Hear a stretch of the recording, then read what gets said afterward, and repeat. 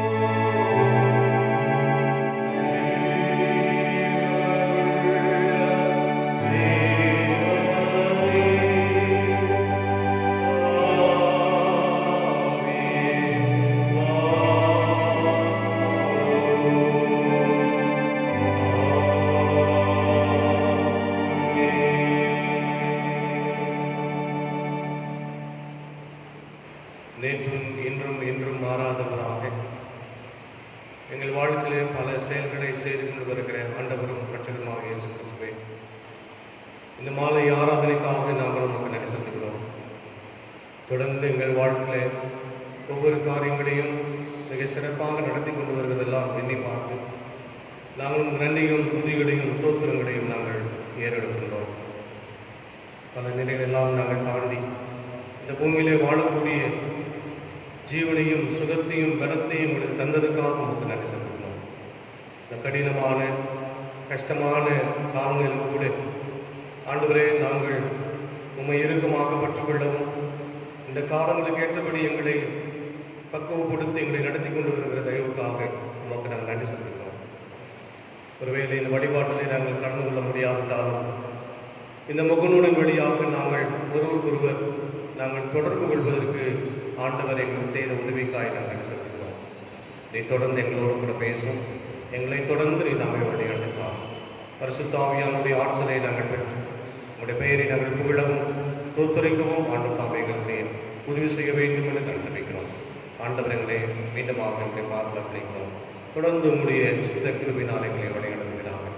நாங்கள் பாடுகிற பாடல்கள், எங்களுடைய வழிபாட்டு முறைமைகளில் நாங்கள் சொல்லப்படுகின்ற நம்முடைய வார்த்தைகள், கேட்கக்கூடிய உடைய வார்த்தை எங்கள் வாழ்வுக்கு மிகுந்த பொருளாக இருக்கவும் இந்த வழிபாட்டின் வழியாக இன்னும் எங்களுடைய ஆவிக்குரிய வாழ்க்கையை, பக்தியான வாழ்க்கையை நாங்கள் வளர்த்தி கொள்ள உறுதி செய்து கொள்ள ஆண்டவர்களுக்கு உதவித்தார்.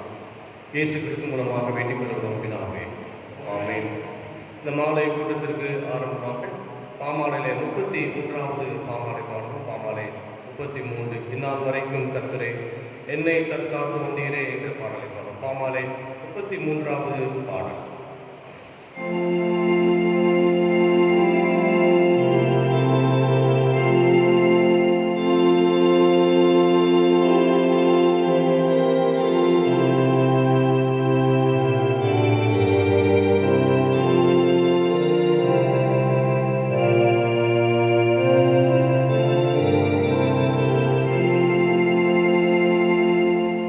என்னாள் வரைக்கும் கர்த்தரே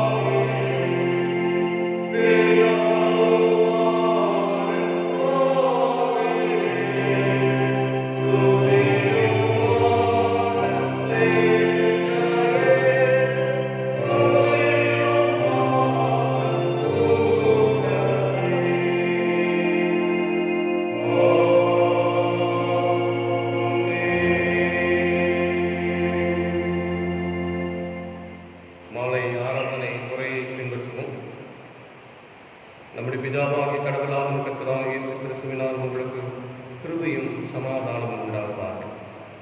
சூரியன் உதிக்கும் திசை தொடங்கி அது அஸ்தமிக்கும் திசை மட்டும் கர்த்தருடைய நாமம் துதிக்கப்படுவதாக. கடவுள் ஒளியாய் இருக்கிறார், அவர்கள் எவ்வளவேனும் இருள் இல்லை. அவர் ஒளியில் இருக்கிறது போல நாமும் ஒளியிலே நடந்தால் ஒருவர் ஐக்கியப்பட்டிருப்போம். அவருடைய குமாரனாகிய இயேசு கிறிஸ்துவின் ரத்தம் சகல பாவங்களையும் நீக்கி நம்மை சுத்திகரிக்கும். ஆண்டவரே, உதடுகளை திறந்தருளும். நம்முடைய பிதாவுக்கும் குமாரனுக்கும் பரிசுத்தாவிக்கும் மகிமை உண்டாவதாக.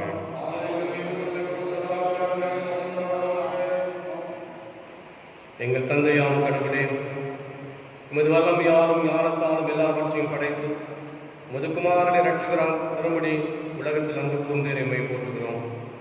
குமாரனாம் கடவுளே, பாவத்தை தவிர்த்து எல்லாவற்றிலும் எங்களைப் போல் மனிதனாகி எங்கள் பாவங்களுக்காக ஒப்புக் கொடுக்கப்பட்டு எங்கள் நீதிக்காக உயிர்த்தெழும்பியவரே உம்மை போற்றுகிறோம். பரிசுத்த ஆவியானவராகிய கடவுளே, எல்லா உண்மைகளுக்குள்ளும் எங்களை வழி நடத்தி கடவுளின் அன்பின் நெஞ்சில் பொழிகிறவரை உம்மை போற்றுகிறோம். பிதா, குமாரன், பரிசுத்தாவியா கடவுளே, உமக்கு எக்காலமும் எல்லா புகழும் மகிமையும் உண்டாவதாக. ஆமென். பாவறிக்கை. நமக்கு பாவம் இல்லை என்போமானால் நம்மை நாமே வஞ்சிக்கிறவர்களாகும். நமக்கு உண்மை இல்லை. நமது பாவங்களை அறிக்கையிட்டால் பாவங்களை நமக்கு மன்னித்து எவ்வித நீதமும் நீங்க நம்மை சுத்திகரிப்பதற்கு நீதியும் உள்ளவர். நான் எழுந்து தகப்பனத்திற்கு போய் தகப்பனை பரத்துக்கு விரோதமாகும் உமது பார்வையிலும் பாவம் செய்தேன். என்னை மூலியமாக உம்முடைய குமாரன் என்று சொல்லப்படுவதற்கு நான் பார்த்தனல்ல. உம்முடைய கூலிக்கார் ஒருவனாக என்னை வைத்துக் கொள்ளும் என்பேன். நமது பலவிலுக்காக பரிதவிக்க முடியாத பிரதான ஆசாரியர் நமக்கு இராமல் எல்லா விதத்திலும் நம்மை போல் சோதிக்கப்பட்டும் பாவம் இல்லாத பிரதான ஆசாரியரை நமக்கு இருக்கிறார். ஆகையால் நாம் யாவும் முழங்கால் படியிட்டு நம்மை நாம் சோதித்து பார்ப்போம். ஜெபம் செய்வோம்.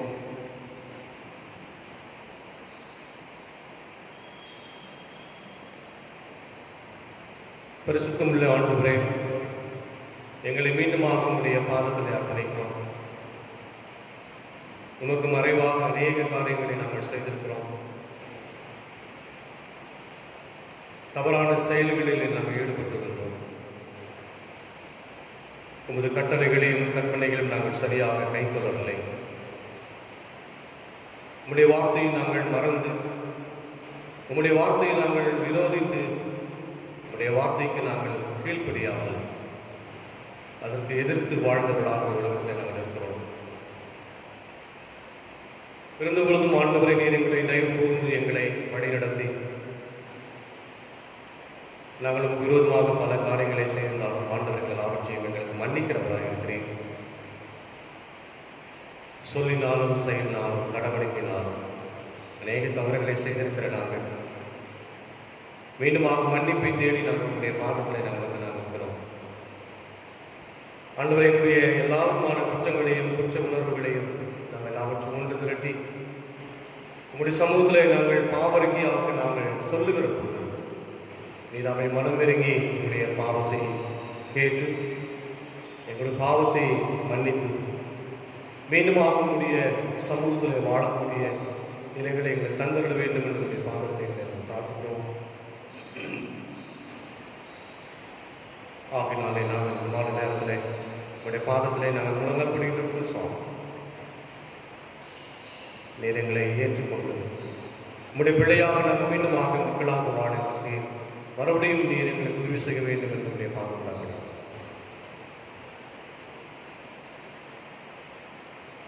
நம்முடைய பாவங்களை, நாம் செய்த தவறுகளை, குற்றங்களை, குற்ற உணர்ச்சிகளை நிலை எல்லாவற்றையும் நாம் உணர்ந்து நம்முடைய பாவறிக்கையாக நம்முடைய சர்வல்லமுள்ள ஆண்டவரிடத்தில் மிக தாழ்மையோடு கூட இரண்டாவது பாவறிக்கை ஜெபத்தின் வழியாக நாம் ஏறெடுப்போம். எங்கள் தந்தையாம் கடவுளே, நினைவினாலும் வார்த்தையினாலும் செய்கினாலும் உமக்கு விரோதமாக பாவம் செய்திருக்கிறோம். முழு மனதோடு நாங்கள் உண்மை நேசிக்கவில்லை. எங்களிடத்தில் நாங்கள் அன்பு கூறுவது போல எல்லா இடத்தில் நாங்கள் அன்பு கூறவில்லை. எங்கள் மேல் இறக்கமாயத்துமை வேண்டிக் கொள்கிறோம். எங்கள் பாவலைக்கு நீக்கி எங்களை சுத்திகரியும். எங்கள் குற்றங்களை விட்டுவிட எங்களுக்கு உதவி புரியும். எங்கள் ஆண்டவர் இயேசு கிறிஸ்து மூலமாய் வேண்டிக் கொள்கிறோம் பிதாவே. ஆமென். சர்வ வல்லமையும் மிகுந்த இரக்கமுள்ள ஆண்டவர் மன்னிப்பையும் பாவ நிவர்த்தியும் நமக்கு கட்டளையிட்டவர்களே வாழ்க்கையை செயற்படுத்துவதற்கான காலத்தையும் தமது பரிசுத்த ஆவியின் கிருபையும் தேற்றலையும் தந்தல்வாராக. ஆமென். ஆண்டவர் துதியுங்கள். ஆண்டவர் நாமம் துதிக்கப்படுவதாக. நாம் அனைவரும் எழுந்து நம்முடைய விசுவாசத்தை அப்போஸ்தல விசுவாச பிரமாணத்தின் வழியாக நாம் அறிக்கை செய்வோம்.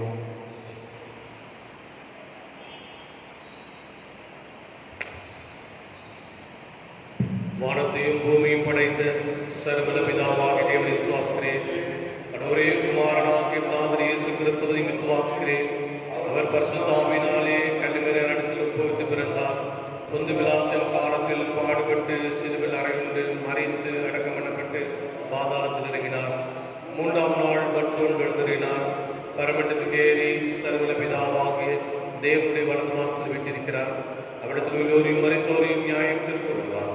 பரிசுத்த விசுவாசிக்கிறேன். பொதுவாக இருக்கிற பரிசுத்த சபையும் பரிசுத்த வாழ்வுடைய ஐக்கியம் பாவ மன்னிப்பும் சரீர வைத்தலும் நித்திய ஜீவன் விசுவாசிக்கிறேன். ஆமென். கர்த்தர் உங்களோடு இருப்பாராக. தாவியோடு இருப்பாராக. அமருங்கள்.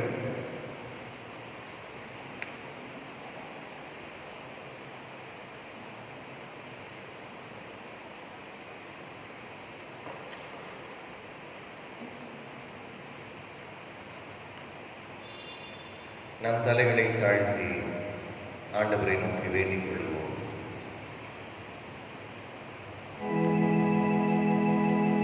சோர்வடையும் நேரத்தில் பலன் உனக்களிப்பார். யாராயிருந்தாலும் பேதங்கள் இன்றி கிருபையை அன்பை அழைத்திடவே. யாராயிருந்தாலும் பேதங்கள் இன்றி கிருபையை அன்பை அழைத்திடவே. இயேசு அழைக்கிறார். இயேசு அழைக்கிறார். ஆவலை உன்னை தம் கரங்கள் நீட்டி இயேசு அழைக்கிறார். ஆவலை உன்னை தம் கரங்கள் நீட்டி இயேசு அழைக்கிறார். இயேசு அழைக்கிறார். துன்பத்தின் பாதைகளிலே சத்துருக்கள் பெருகிருக்கிற காலகட்டங்களிலே எங்களோடு பயணிக்கின்ற எங்கள் ஆண்டவர் இயேசு கிறிஸ்துவாகிய நீர் எங்கள் வாழ்வின் எல்லா நிலைகளிலும் எங்களை உயர்த்துகிறவராயிருக்கிறீர். உம்முடைய பிரசன்னத்தை நாங்கள் உணரத்தக்கதாக உம்முடைய வார்த்தையை விளங்கிக் கொள்ள அருள் தாரும். உம்முடைய நாமம் மாத்திரம் மகிமைப்படட்டும். அடியனை தரைமட்டம் தாழ்த்துகிறேன். உடைய பிரசன்னத்தினால் நிறைத்திருக்கும் வாயின் வார்த்தைகள் உள்ளத்தின் எண்ணங்கள் சிந்தனைகள் உம்மை மாத்திரம் பிரியப்படுத்த அருள்தார். இறைமகன் இயேசுவின் வழியாய் கெஞ்சுகிறோம் நல்ல பிதாவே. ஆமென்.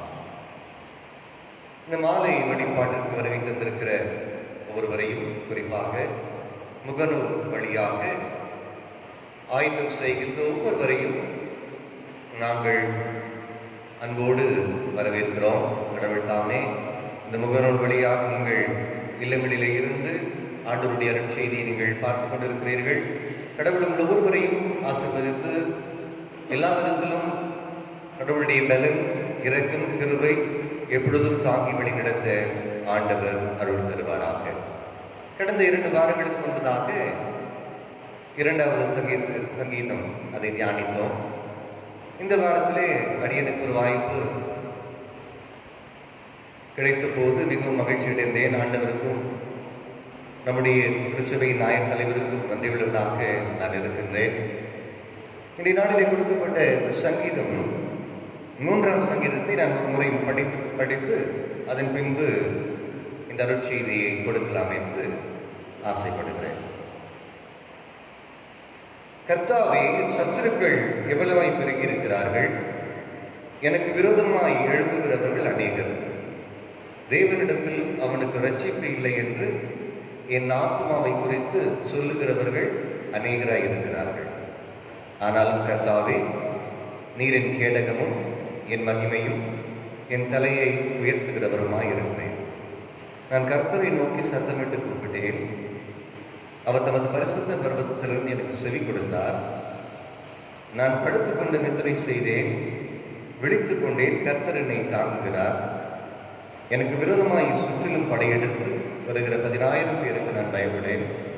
கர்த்தாவே, எழுந்தருளும். என் பகைஞர் எல்லாரையும் தாடையிலே அடித்து துன்மார்க்கருடைய பற்களை தகர்த்து போட்டீர். ரட்சிப்பு கர்த்தருடையது. தேவனுடைய ஆசீர்வாதம் உடைய ஜனத்தின் மேல் இருப்பதாக. ஒரு அருமையான ஒரு சங்கீதம். இது பாடப்பட்ட ஒரு சூழல் என்று பார்க்கும் பொழுது, த ஹெல்ப் அண்ட் டெலிவர், உதவி வேண்டி ஆண்டவரிடத்திலே வேண்டுகிறார். அந்த உதவிக்காக இந்த இறைவேண்டலிலே ஆண்டவர் அவருடைய தேவையை பூர்த்தி செய்து விடுகிறார். இதுதான் அந்த மன்றாட்டு. இது மன்றாட்டு எப்படி வந்தது என்று கேட்டால், தன் குமாரன் அப்சலோமுக்கு தப்பி ஓடுகையில் பாடின ஒரு சங்கீதம். தன்னுடைய குமாரன் அவரை கொன்று விடுவானோ, குமாரனுக்கு பயந்து ஒரு தந்தை ஓடுகின்ற ஒரு நிலையிலே தான் இந்த சங்கீதம் பாடப்படுகிறது. குமாரன், அவருடைய கூட இருக்கிற மக்கள், அப்பொழுது சத்துருக்கள் என்பவர்கள் எப்படி இருக்கிறார்கள்? நம்ம நினைத்துக் கொண்டிருக்கிறோம் சத்துருக்கள் என்பது வெளியிலே இருக்கிறார்கள், தூரத்திலே இருக்கிறார்கள். இங்கே இந்த சங்கீதத்தை நாம் ஆழமாக படித்துக் கொள்ளும் பொழுது சத்துருக்கள் கூடவே இருக்கிறார்கள். இது யார் சத்துரு என்று சொல்லும் பொழுது தன் மகனை குறித்தே சொல்லுகிறார். ஆண்டவரே, என் மகன் சத்துருவாய் எனக்கு பெருகி இருக்கிறார். யோசித்து பாருங்கள், இன்றைக்கு எத்தனை இல்லங்களிலே பிள்ளைகள் தகப்பனை எப்படி வழி நடத்துகிறார்கள், பெற்றோரை எப்படி பார்க்கிறார்கள், சத்துருவாய் பார்க்கிறார்களா?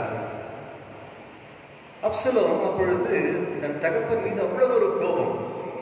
அவர் செய்த செயல் இப்படி என்னை மாற்றிவிட்டதே என்று சொல்லி அந்த ஒரு கோபத்தின் நிமித்தமாக இவர் ஓடி ஒழிந்து மறைந்து கொண்டிருக்கிறார். ஆனாலும் கடவுளிடத்திலே ஒரு மன்றாட்டை கொடுக்கிறார். இதுதான் வாழ்க்கை. இன்றைக்கு நாம் ஓடி ஒளிந்து கொள்ளுகின்ற ஒரு வாழ்க்கை கூட இருக்கலாம். இன்றைக்கு சத்துருக்களாகிய அநேக மக்கள் இருக்கலாம். இன்றைக்கு சத்துருவாகிய கொரோனா தான் நமக்கு இருக்குது. இன்னைக்கு வேற எதுவுமே இல்லை. யாருக்கு பயப்படணும்? கொரோனாக்கு பயப்படணும்.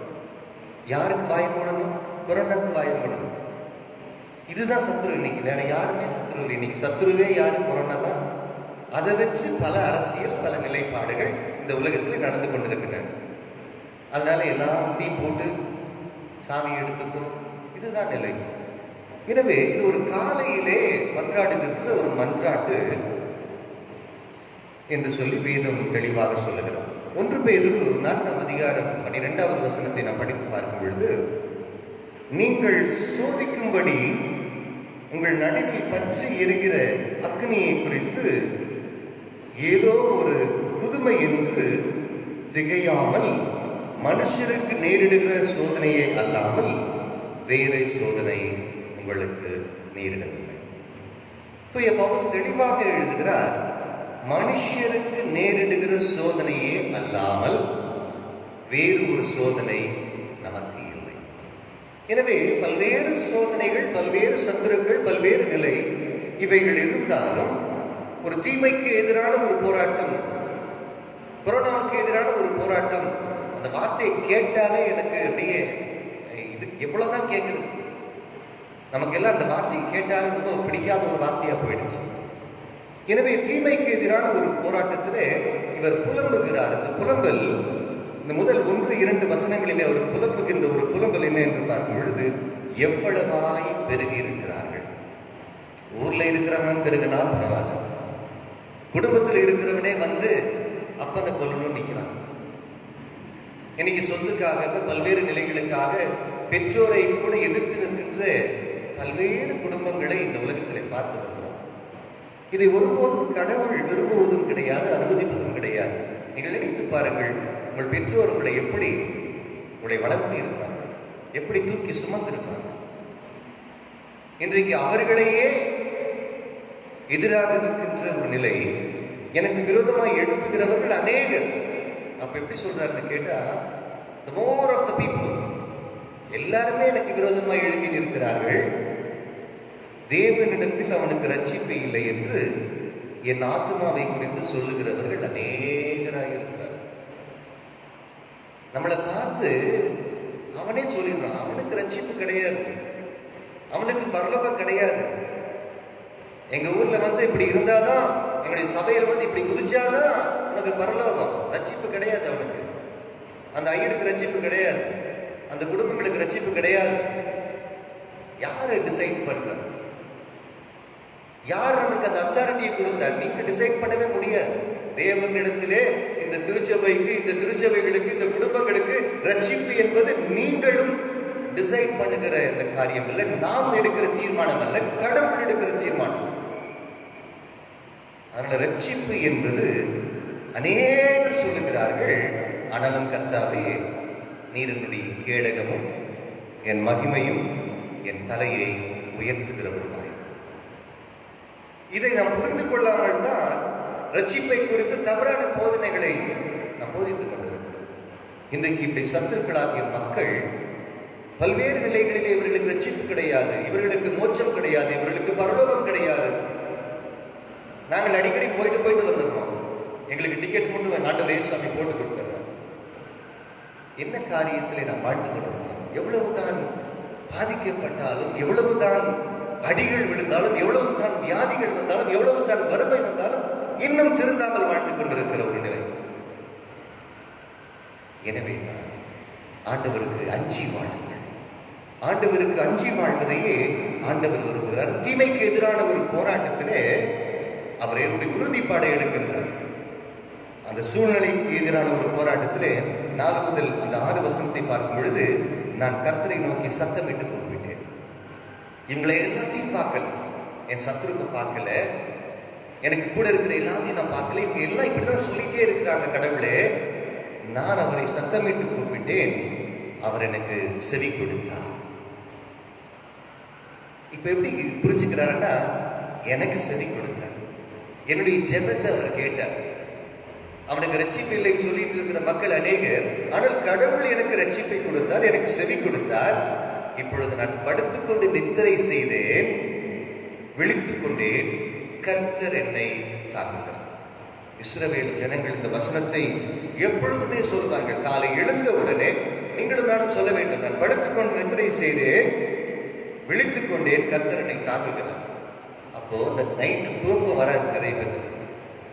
என்ன பயம், இதை நடந்துருமோ? அந்த தூக்கம் வராதற்கு காரணம் என்னன்னு கேட்டா, இப்ப இவருக்கு தூக்கம் வராததுக்கு காரணம் இல்லை, நல்லா தூங்கிட்டாரேன்னு கேட்டா, ஆண்டவர் இடத்துல மாலை வேளையும் மன்றாடுகின்றார். ஒரு நாளைக்கு 7 முறை ஆண்டவரை துதித்து பாடினவர் தான் சங்கீதக்காரராகிய தாவீது. எப்பொழுது எடுத்தாலும் ஆண்டவரை நெருங்கியே வாழ்ந்து கொண்டிருக்கிற ஒரு மனிதன். எனவேதான் அப்பொழுது நான் படுத்துக்கொண்டு நித்திரை செய்தேன், நல்ல தூக்கம் கிடைச்சிச்சு ஆண்டவரே, இப்ப நான் விழித்துக் கொண்டேன், நீர் என் கூடவே இருக்கிறேன். இன்றைக்கு இந்த விசுவாசத்தோடு நாம் செல்ல வேண்டும். நம்ம வீட்டுக்கு காலையில எழுந்து நம்ம சொல்ல, ஆண்டவரே நமக்கு நன்றி ஆண்டவரே, நல்ல தூக்கத்தை கொடுத்தீங்க. பல்வேறு நிலைகளை சிந்தித்துக் கொண்டு, இந்த உலக காரியங்களை சிந்தித்துக் கொண்டு தூக்கம் இல்லாமல் இருக்கின்ற இந்த நிலையிலே எனக்கு நல்ல ஒரு நித்திரையை கொடுத்தீரே, உமக்கு நன்றி. எனக்கு சுற்றிலும் விரோதமாய் படையெடுத்து வருகிற 16,000 பேருக்கு நான் பயப்படேன், என ஆண்டவரின் கூட இருக்கிறது. இன்றைக்கு என்னுடைய வாழ்க்கையிலேயும் சத்துருக்களும் போராட்டங்களும் வியாதிகளும் துன்பங்களும் நம்மை சுற்றி வளைத்துக் கொண்டே இருக்கிறது. நிம்மதி பெருமூச்சு விடாதபடி நம்மை நெருக்கிக் கொண்டே இருக்கின்றன. ஆனாலும் ஒரு நிமிடம், ஒவ்வொரு நாளும் ஆண்டவரிடத்திலே, ஆண்டவரே என்னை சுற்றி 16,000 பேர் வந்தாலும் நீர் என் கூடவே இருக்கிறீர் என்கின்ற அந்த விசுவாசத்தோடு நாம் செல்லுவோம். அப்பொழுதுதான் அந்த மூன்றாவது பார்ட் 5 முதல் 7 வசனங்களை நாம் படித்து பார்க்கும் பொழுது 7வது வசனம், கர்த்தாவே எழுந்தருளும், என் தேவனே என்னை இரட்சியும், நீர் என் பகைஞர் எல்லாரையும் தாடையிலே அடித்து துன்மார்க்கருடைய பற்களை தகர்த்து போட்டீர். அதையும் பார்க்கிற மாதிரி ஜெபம் பண்றாரு. ஏன்னா அவர்கள் பல்லெல்லாம் உடைச்சு போயிடுச்சு. அடிச்ச அடி அப்படிப்பட்ட ஒரு அடி, தாடையில அடிச்ச அடியில பற்கள் எல்லாம் உடைஞ்சு போயிடுச்சு. இப்ப என்ன சொல்றாரு, ரட்சிப்பு கர்த்தருடையது, நீ சொல்லிட்டு இருந்தியே அவனுக்கு ரட்சிப்பு இல்லை என்று சொல்லி, அவனுக்கு விடுதலை இல்லை, அவனுக்கு மீட்பு இல்லை என்று சொல்லிக் கொண்டிருந்தீர்களே, இப்பொழுது தேவனுக்கு ஆசீர்வாதம் நம்முடைய ஜனத்தின் மேல் இருப்பதாக. இந்த போராட்டத்தின் தீவிரம் என்னன்னு கேட்டா, சத்துருக்களின் பெருக்கம், கடவுளிடத்தில் ரட்சிப்பே இல்லை, கடவுள் பரிசுத்த பர்வதத்திலிருந்து எனக்கு செவி கொடுத்தார். அந்த உடனடி விடுதலை என்ன என்று கேட்டால், கடவுளினுடைய கேடை என்னுடைய மகிமை என்னுடைய தலையை உயர்த்துகிறது. இப்பொழுது நம்முடைய வாழ்க்கையில கடவுள் எப்படிப்பட்டவராய் காணப்படுகிறார்? கடவுள் எனக்கு என்ன செய்கிறார்? நான் என்ன செய்ய வேண்டும்? இப்படிப்பட்ட போராட்டங்களிலே எப்படி நான் வாழ முடியும்? அவரையே நம்பி இருப்போம், அவரையே சார்ந்திருப்போம். என்ன துன்பங்கள் இருந்தாலும் கடவுள் நம்மை கைவிடாமல் நம்மை காத்துபடி நடத்துகிற ஆண்டவர் நம்மோடு இருக்கிறார். பயப்படாதிருங்கள். ஆண்டவருடைய ஆசீர்வாதம் தொடர்ந்து நம்மோடு பயணிக்கவும், நம்மை தொடர்ந்து இறைவேண்டலிலே ஆண்டவரோடு இணைந்திருப்போம். நம் வாழ்க்கை பயணம் ஆசீர்வாதத்தோடு கடந்து செல்ல ஆண்டவர் அருள் தருவார். கண்களை மூடி ஜெபம் செய்யும். நல்ல ஆண்டவரே, நீர் கொடுத்த அந்த வார்த்தைக்காக நமக்கு நன்றி செலுத்துகிறோம். தொடர்ந்து நீர் எங்களோடு பேசும். இந்த வழிபாடுகளிலே நாங்கள் தொடர்ந்து இணைந்து கொண்டு உடைய நாமத்தை உயர்த்து ஒவ்வொருவருக்கும் அருள்தார்.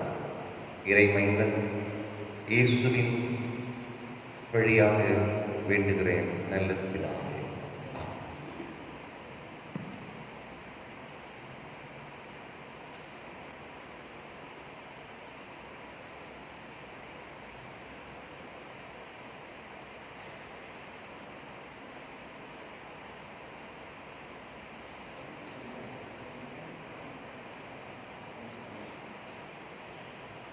மீண்டுமாக நாம் பாமாலை 212வது பாமாலை பார்ப்போம். பாமாலை 212வது பாமாலை.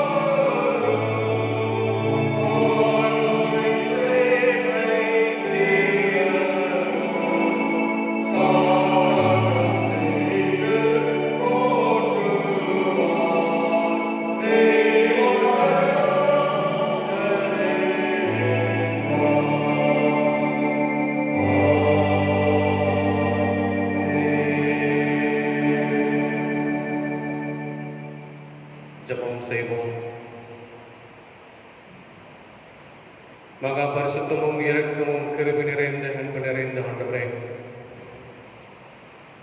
ஒரு புதிய நாளை நாங்கள் பார்க்கவும், ஒரு புதிய நாளை நாங்கள் துவங்கவும், உம்முடைய சுத்த கிருபையோடும் உம்முடைய வழி நடத்துதலோடும் நல்ல ஆரோக்கியமான நிலையோடு கூட இந்த நாளுக்கு நான் அனைத்து பணிகளை நாங்கள் செய்து முடிக்கவும் நீ தந்த கிருபைக்காக நன்றி செலுத்துகிறோம். மீண்டுமாக நீ தந்த புதிய நாளுடைய இரவு நேரத்தையும் நாங்கள் சந்திக்க இருக்கிறோம். உடைய வழிநடத்தல் இருந்தமைக்காக நன்றி பாராட்டுகின்றோம். பல்வேறு மக்கள் செய்த தொழில், அவருடைய குடும்ப வாழ்க்கை, பிள்ளைகள், பேரப்பிள்ளைகள், தம்முடைய எதிர்காலங்கள், தம்முடைய திட்டங்கள் அனைத்திலும் ஆண்டவரை உடைய கிருபை முழுமையாக இருந்து சிறப்பாக செயல்படுத்தி கொண்டு வருகிற தயவுக்காக நமக்கு நாங்கள் நன்றி செலுத்துகின்றோம். இந்த ஒரு கடினமான காலநிலையிலும் கூட ஆண்டவரை நாங்கள் தொடர்ந்து பல நிலைகளிலே நாங்கள் பணியாற்ற, உழைக்க, பிழைக்க, சம்பாதிக்க நீ தந்த கிருபைக்காய் நன்றிக்கிறோம். இருந்த பொழுதும் ஆண்டவரை பழைய நிலையை, பழைய இயல்பு வாழ்க்கை எங்கள் வாழ்க்கையில சந்திக்க முடியாத ஒரு சூழ்நிலை இருக்குது நாங்கள் அறிந்திருக்கிறோம். காரணம், இன்னைக்கு ஆண்டவரே உலக முழுவதுமாக நாங்கள் வாழுகிற இடங்களிலேயும் பகுதிகளிலும் கூட இந்த தொற்று நோய் என்பது விரைவாக பரவி கொண்டிருக்கிறது எல்லாம் நாங்கள் அறிந்திருக்கிறோம். இதனால ஏற்பட்டிருக்கக்கூடிய பல தடைகள், வளர்ச்சி அடைய முடியாத நிலைக்கூடிய பொருளாதார நிலைகள் எல்லாம் நாங்கள் எண்ணி நாங்கள் பார்க்கிறோம். ஒருவேளை ஆண்டவரை இந்த காலங்களிலும் நாங்கள் தொடர்ந்து இதே நீடிக்கும் என்கிற பட்சத்தில் எங்கள் வாழ்க்கையில சம்பாதிக்க முடியுமா, உழைக்க முடியுமா, இனி எதிர்காலம் எல்லாம் எப்படி அமைய போகிறது என்கின்ற பல்வேறுமான சூழ்நிலைகளிலே நாங்கள் கஷ்டப்பட்டு கொண்டிருக்கிறோம். ஆண்டவர் நீர் ஒருவர் மட்டுமே இவை எல்லாவற்றையும் அடக்கி தடுத்து நிறுத்துகின்ற ஆளுமை சக்தி உடைய கருத்தில் மட்டும்தான் இருக்கிறது என்பதெல்லாம் நாங்கள் அறிந்து வைத்திருக்கிறோம். இதற்காக மருத்துவ குழுக்களும் சுகாதாரத்துறைகளுமாக எடுத்துக் கொண்டிருக்கிற இந்த முயற்சிகளிலே வெகு சீக்கிரமாக இதற்கென்று தடுத்து நிறுத்தப்படுகிற நீ உதவிகளை செய்ய வேண்டும் என்று நன்றி வைக்கிறோம்.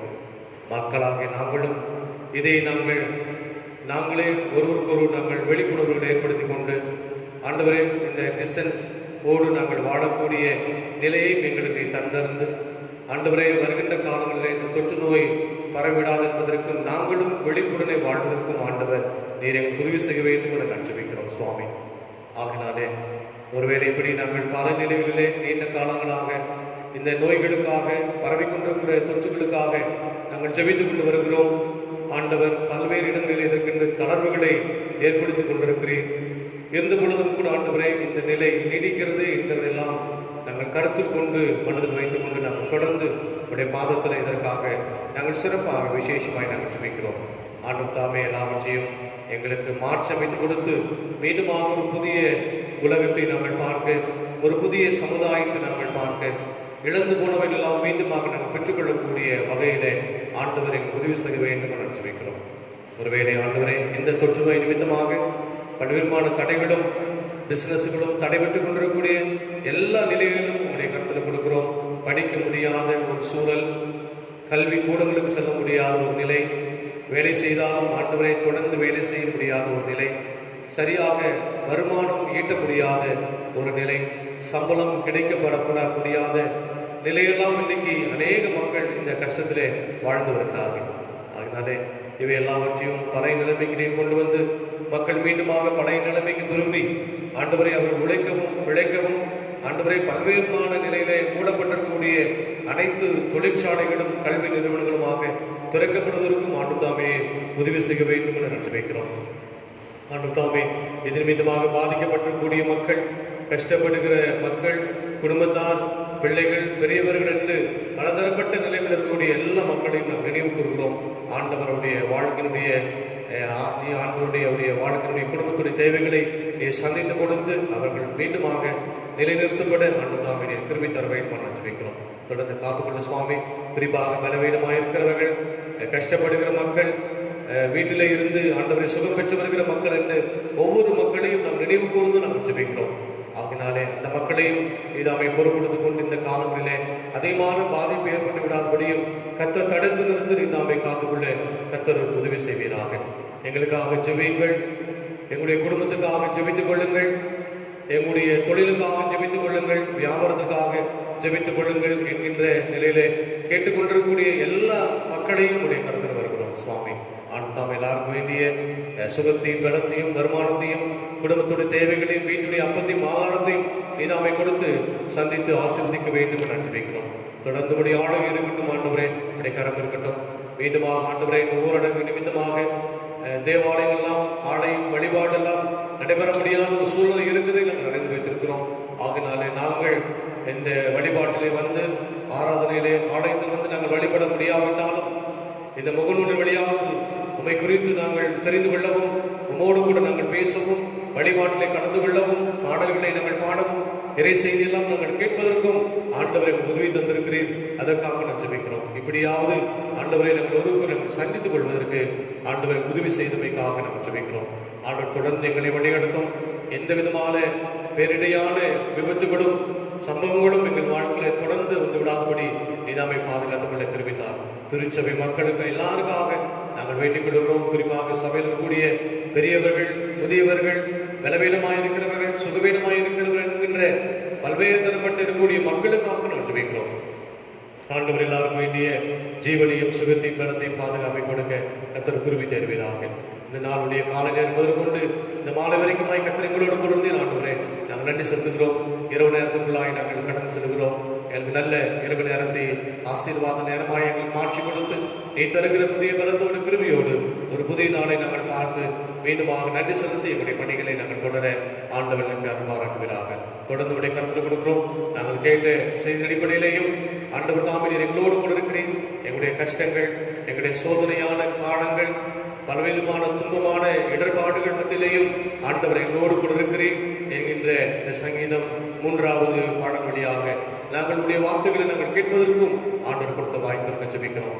எப்பொழுதுமே கஷ்டப்படுகிற மக்களோடு கூட கண்ணீரியாவையும் துடைக்கிறவர் நீர், கஷ்டத்தையும் சுமந்து கொள்ளுகிறவராய் இருக்கிறபடினாலே உடைய கரத்தில் கொடுக்கிறோம். எல்லாரையும் உடைய தெய்வீமான கரம் ஆட்கொண்டு வழிநடத்தி பாதுகாத்து எல்லா கண்ணீர்களையும் பாடுகளையும் வேதனைகளையும் துன்பங்களையும் துயரங்களையும் நீக்கி உங்களுடைய தெய்வீமான வழிநடத்துறவு கூட வழிநடத்தி மக்கள் மிகுந்த சந்தோஷத்தோடு சமாதானத்தோடு வாழ ஆண்டு தாமே கிருபித்தார். எங்களை நாங்கள் தாழ்த்துகிறோம். நீர் பொறுப்படுத்திக் கொள்ளும். இயேசு கிறிஸ்து மூலமாக வேண்டிக் கொள்ளுகிறோம் எங்கள் அன்பு பிதாவே, ஆமென். நம்முடைய ஆண்டவராகிய இயேசு கிறிஸ்துவின் கிருபையும் பிதாவாக தேவனுடைய அன்பும் பரிசுத்த ஆவியினுடைய ஐக்கியம் சந்தோஷம் சமாதானம் நம் அனைவரோடு மீண்டும் மீண்டும் சதா காலங்களிலும் நிலைத்திருப்பதாக.